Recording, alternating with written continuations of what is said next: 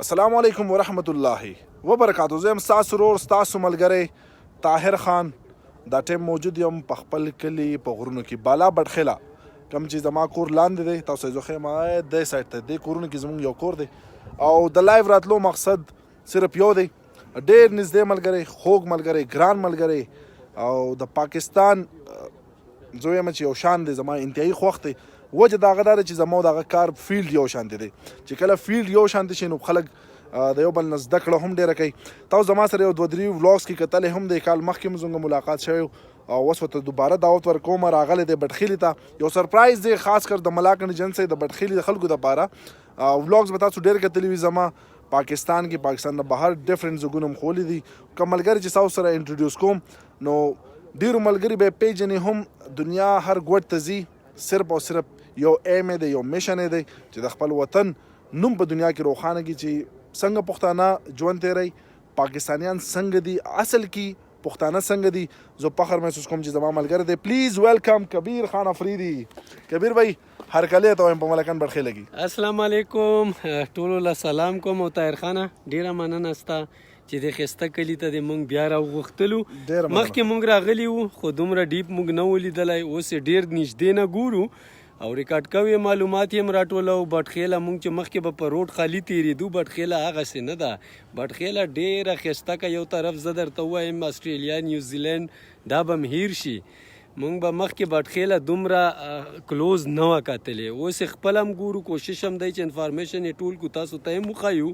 نو طاهر خان زه راغوښتی یم، دا کریډټ ټول دله ځي او زمونږ چې کم کوششونه دي بس دا واړه د موبایل او وړې کیمرې په ذریعه باندې مونږ غواړو چې دا ملک دا ښایست شیر کړو ستاسو سره او زمونږ یو سافت ایمیج لاړ شي د دنیا ته.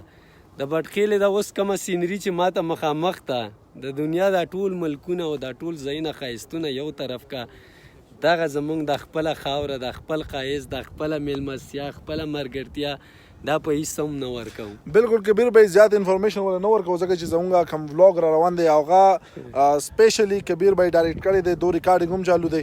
نو هغه به انشاءالله د کبیر بھائی کوم پیج چې دی یا یوټیوب چینل دی ډسکرپشن کې به هغې لینک زه ورکړم، نو هغه تاسو کتلی شئ. کبیر بھائی څومره ورځې بولېږي یاره چې دا سرپرایز تاسو د بټخیلوال له خاص کر ورکړئ؟ زما کوشش دی چې څومره زر نه زر د دې خلکو نه زیاته جلدي په ما ده. صحیح.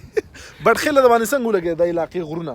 یاره بټخیله خو د بچپن نه چې کم دی زمونږ یو داسې ایریا ده چې مونږ به کله تلو سوات ته نو زمونږ مشران به راغل بټخیله بازار کې، دلته به مونږ کېناستو. زمونږ به یو قسم له میلمستیا کېده چې دا واړی سړی هسې هم دا پیپسي، بسکټ، چاکلیټ دا ډېر خوښ دي د ماشومانو که نه. ټیم کې به مونږ له دا به هم ډېر راوړل.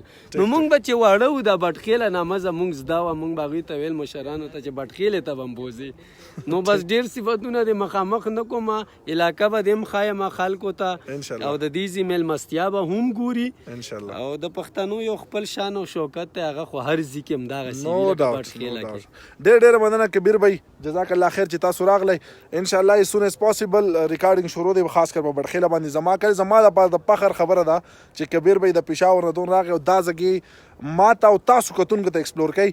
نو انشاءالله ډسکرپشن کې کمنټ کې به هم وي د کبیر بھائی لینک، نو لاړ شئ چینل هم سبسکرایب کړئ، د دو پیج هم د ځان سره لایک کړئ او زما د کلي نه که خوندونه اخلی ما راته نه دی خو ولې زه ګناهګار یم هغې کبیر بھائی ته دخی د خپل طاهر خان الله کبیر افریدي له ورکړي اجازت.